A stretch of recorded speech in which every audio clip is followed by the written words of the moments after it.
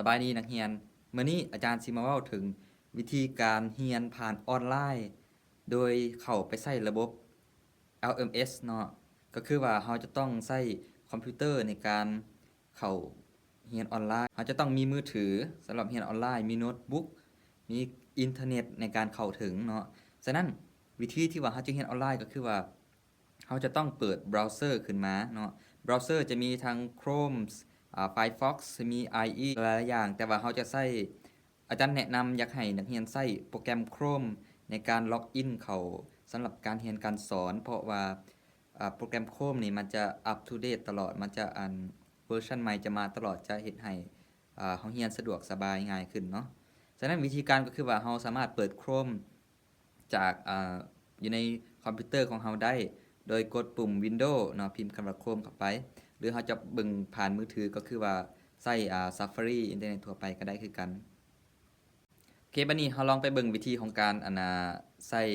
ล็อกอินเข้าหาระบบ LMS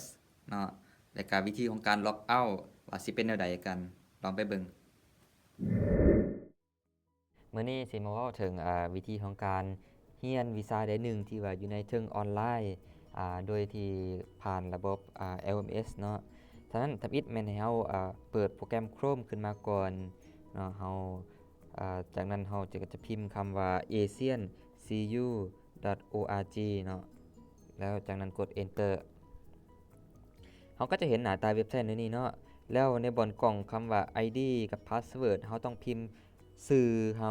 กับรหัสเฮาซึ่งว่าได้จากอาจารย์สอนเพิ่นจะเอารหัสมาให้เนาะกับชื่อเฮาให้เฮาพิมพ์เข้าไปตัวอย่างว่าชื่อนักเรียนอาจจะขึ้นต้นด้วยรหัสของไผของมันเนาะที่ว่าบ่ซ้ำกันเฮาจะเขียนลงไปแล้วก็กดคำว่าล็อกอินเนาะเวลาล็อกอินปึ๊บมันก็จะปรากฏหน้าทำอิฐนี่ออกมาการล็อกอินข้างทำอิฐนี่เฮาจะเห็นหน้าตัวนี้ก่อนเนาะแต่ว่าเฮาก็มาติ๊กถูกใส่บอนคำว่า I agree เนาะเฮาบ่ต้องสนใจเฮาติ๊กถูกใส่บอนคำว่า I agree เนาะจากนั้นกดปุ่มสีแดง agree เนาะ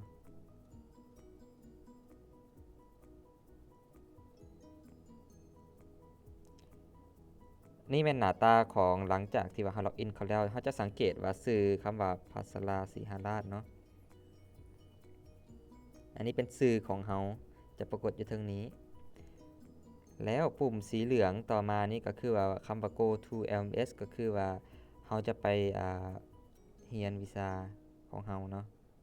เขาจะเข้าห้อง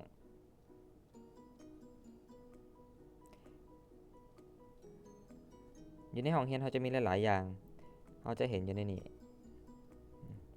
จากนั้นเราคลิกเลือกสบอนคำว่า my course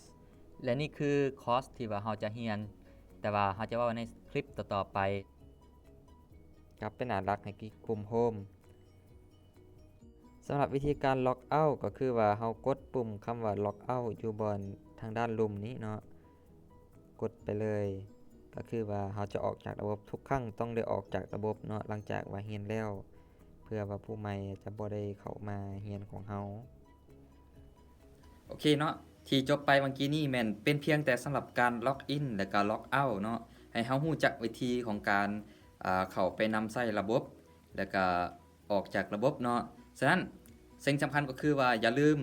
ชื่อ username ต้องจื่อแล้ว password ก็จดไว้